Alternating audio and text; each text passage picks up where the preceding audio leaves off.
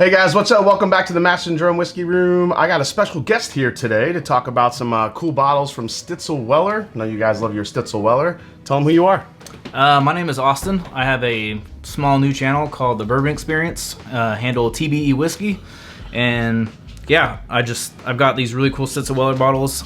Some of them have some sentimental value to me that I'll get to. And I believe they just deserve a bigger platform than I have to showcase these.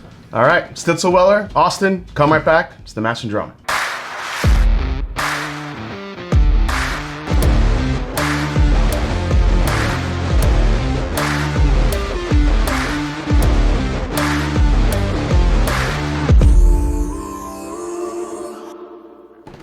What's up, folks? I'm Jason C. from the Mash and Drum, and welcome back to the show. Like, subscribe, and help me keep climbing to that 100,000 subscriber milestone here in 2024. Appreciate the support, everybody. So today we have Austin.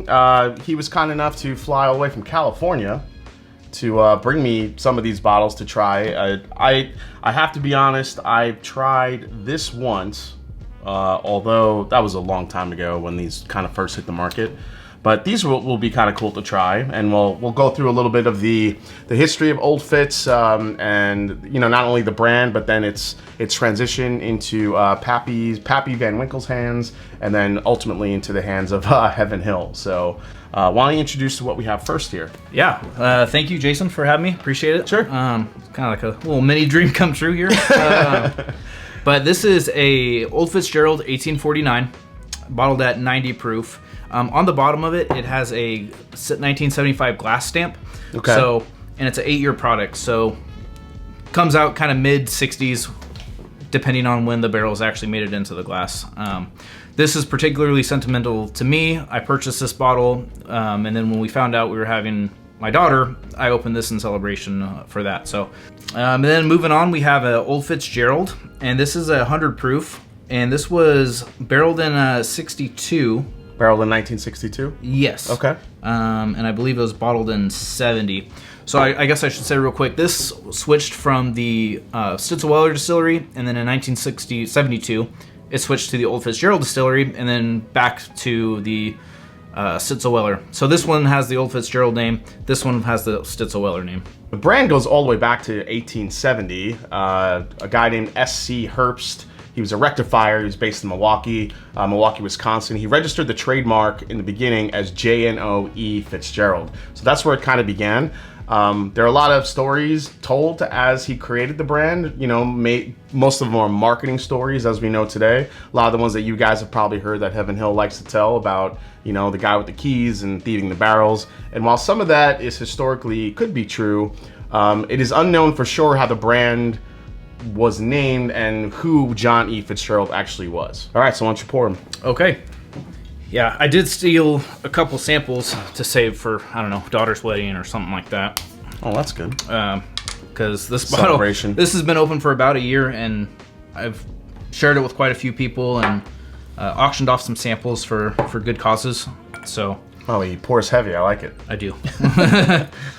So just to kind of keep going into it, there is evidence that there was a John Fitzgerald who was a government gauger based in Milwaukee at the time, but there's no evidence that he ever actually worked at S.C. Herbst's warehouses. Now, there was a Johnny Fitzgerald who was a boilermaker in that same city at the time, but nobody knows if it's actually the same guy. So a lot of different stories kind of, coming together, and a lot of people not really knowing sure who Johnny Fitzgerald was. It's a story that I've read a million times, but I don't know. It's always a cool story to revisit. All right, cheers, man. Cheers. Let's get into it.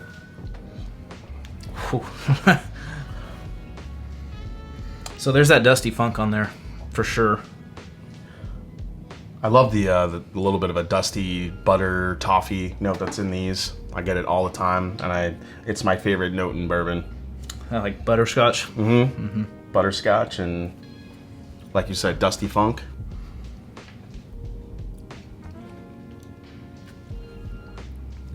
Holy hell, that's good. That is exceptional. It keeps getting better. I know some people have the theory that Dusties kind of go bad or have a shelf life once they're open. When I first opened this, it was cloyingly sweet. It was almost like it was very honey, it was very pear, it was cloyingly sweet though. Almost like a Ricola honey cough drop. I get honey, I get strawberry, I get that toffee butter note. Yeah, it's interesting. I've had some older Old Fitzes before, but yeah, they've been a lot sweeter than this. And this has actually like a darker type of profile to it, which this was only 90 proof, you said? Yeah, that's the other thing. It's very viscous for 90 proof. Yeah, it really is. And as it's opened, there's like this nice barrel spice that has come out kind of on the finish that wasn't there before. It almost has like a rum characteristic to it. Yeah. It totally comes off like rum. Yep. Like coconut rum, maple syrup. Holy crap. Yeah. It's funny you say coconut. That'll come around in a little bit. Yeah, it totally tastes like rum. On the finish, the finish is rum. Front of the palate is, old school bourbon, but the finish is all rum on it. That's insane. Yeah. That's exceptional. Like I said, I really think this deserves a bigger platform than I currently have, so. You're saving this for the rest of your daughter's wedding, you said? Something like that. I will say, shout out to my buddy Chris. We found out that he beat a pretty serious disease, unexpected. We didn't know about it. Okay. He bought a sample of this and thought it was one of the best things he ever had. So I got another pour of this with his name on it, and then a pour of that in celebration of that. So. Oh, well, cheers to that, man. Yeah. Cheers, Chris. So why don't you tell us a little bit about this, then we'll get into a little bit more about Mr. Fitzgerald. Yeah, so this bad boy, I actually know fairly little about. It is 100 proof, very old Fitzgerald. It falls under the Stitzel-Weller name before it switched over to the old Fitzgerald name. 100 proof, and a friend of mine recently hit me up and said, hey, are you interested in a sample of these? I'm going to crack my bottle open. And this was literally a week before flying out here. I was like, well, there's nothing better for it to fit than this theme. Okay. So that's kind of where we landed on this one. Apparently, Herbst had Fitzgerald as an employee in his warehouses, and like many employees at the time, he used to carry around a rubber hose, a thief, whatever you want to call it. He would apparently find the best barrels of bourbon, pop the bung, and help himself to drink while he's working. And it soon came to be known that when they sold a really good barrel of whiskey, the employees would say, that's a proper John Fitzgerald whiskey, and kind of the legend began. Yeah, this is the first time of me having this, so I don't know what to expect on this bad boy. Another cool fact is a lot of people don't know is that when the brand was really ramping up, they both made bourbon and rye. Oh. Not just bourbon. Yeah, that's interesting. I didn't know that they had a rye. That's... Yeah, I don't think I've ever had an Old Fitz rye, but I think that's probably exceedingly rare. All right, so 100 proof, which is interesting. Mm-hmm. So at the point when Pappy Van Winkle took over the brand of Old Fitz, he had said that he did not want to bottle anything under 100 proof, which was pretty interesting. He said he's like, that's the best it's going to be. I'm not bottling anything less than that. If anybody wants it less, have them add water themselves. And eventually, once Pappy Van Winkle died, when he passed away, the brand actually, I guess, bowed down to consumer demand, and then stuff started coming out at lower proof. But just be known that Pappy Van Winkle, Julian Van Winkle, he did not want it to be less than 100 proof, which I thought was interesting. So not as dusty, a little bit more of a. We're starting to see kind of the modernization here coming to the forefront. There's almost. I mean, this might sound crazy, but there's almost like a metallic thing on it. Like, it doesn't have the butterscotch. It doesn't have that funk. It definitely doesn't. It's not nearly as sweet. I will say this bottle was just open, so as this one has changed significantly, maybe this hasn't had that opportunity yet. Yeah, I'm really getting the oak on this. It's got a little bit of a bitter funk on the back end. Yep. Yeah, I definitely like this one better. Yeah, not even close. It's not even close. It's just interesting that this is a higher proof and came out before. So the later release at a lower proof is actually preferential, which is it's fantastic. Not what you expect. Well, during Prohibition, Herbst sold the brand and existing stocks to Julian P. Van Winkle. That's how it ended up in his hands, and it became part of the W.L. Weller and Sons and P.H. Stitzel distillery for medicinal use during Prohibition. Apparently during Prohibition, all the stock was gone, and it was all sold during Prohibition. In 1928, the government allowed the production of whiskey they allowed them to replenish the stock just for, you know, the medicinal use. Julian P. Van Winkle decided to use wheat instead of rye in the recipe to make the whiskey. He just thought it was a much smoother and a different type of flavor profile that he thought was a little bit more approachable for drinkers. So, and if I'm not mistaken, that's what Maker's Mark is wheated. I know, Maker's Mark to me just has a different type of wheated funk to it. I don't know if I was crazy about that one. Yeah, my last review was the 23 cellar age versus 24. And which one did you like more? 23. Yeah, I'm with you. By far and away. I'm with you. I did not like the 24 cellar age. 24 had that... There's something weird on it. It's the sour dairy milk thing. I've never got that on Maker's until the 24. And it's right on the finish. It's the sour milk. You think it's that limestone warehouse they use?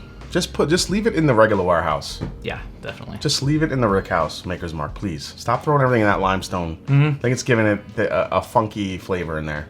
All right, so now we're gonna go to the mothership here. So this bad boy is from Preservation Distillery, very old St. Nick's, 17-year, barrel proof. They have several releases. This one is the OG. There's also the Lost Barrel and the Unicorn Cask. Marcy, the owner of Preservation, my understanding is she purchased this lot of barrels from Julian Van Winkle III in the 90s, and then they've been steel vatted. And over the last few years, they've been releasing them incrementally.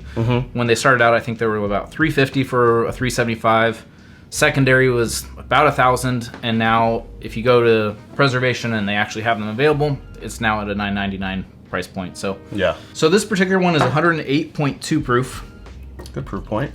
Look how dark that is. Motor oil. Yeah. And it is, like I said, 17 years old. Yeah. That's why I brought this. Oh my gosh. Also, it has changed. They changed quite a bit after being open. So yeah, I know you guys can see this on camera how dark this is. This is crazy. Oh my gosh. Yeah. I always get this coconut thing that I get with ultra aged whiskey on this. When I first opened it, I got like the Chiquita Bonita banana, like the fruit hat, you know? Chiquita banana? It's all fruit, like a fruit basket. Well, I think Stitzel-Weller inherently just has a very fruit-forward profile. Historically, whenever I've been lucky enough to try their stuff, at least for me, it always comes pretty fruit-forward. I can definitely see kind of the coconut, but this being so dark, it's more like a toasted coconut. Yeah. Yeah, and then there was a lot of tropical notes. So I think there still is, you know, some like guava or mango or papaya, passion fruit maybe. There's like a I get like that. Fruit. I get like that tart, like that really tart pomegranate seed. It just kind of like, it almost feels like it's it smells like it's tart. Yeah, yeah, exactly. No, you just dove in. I'm still nosing this thing. That's really good.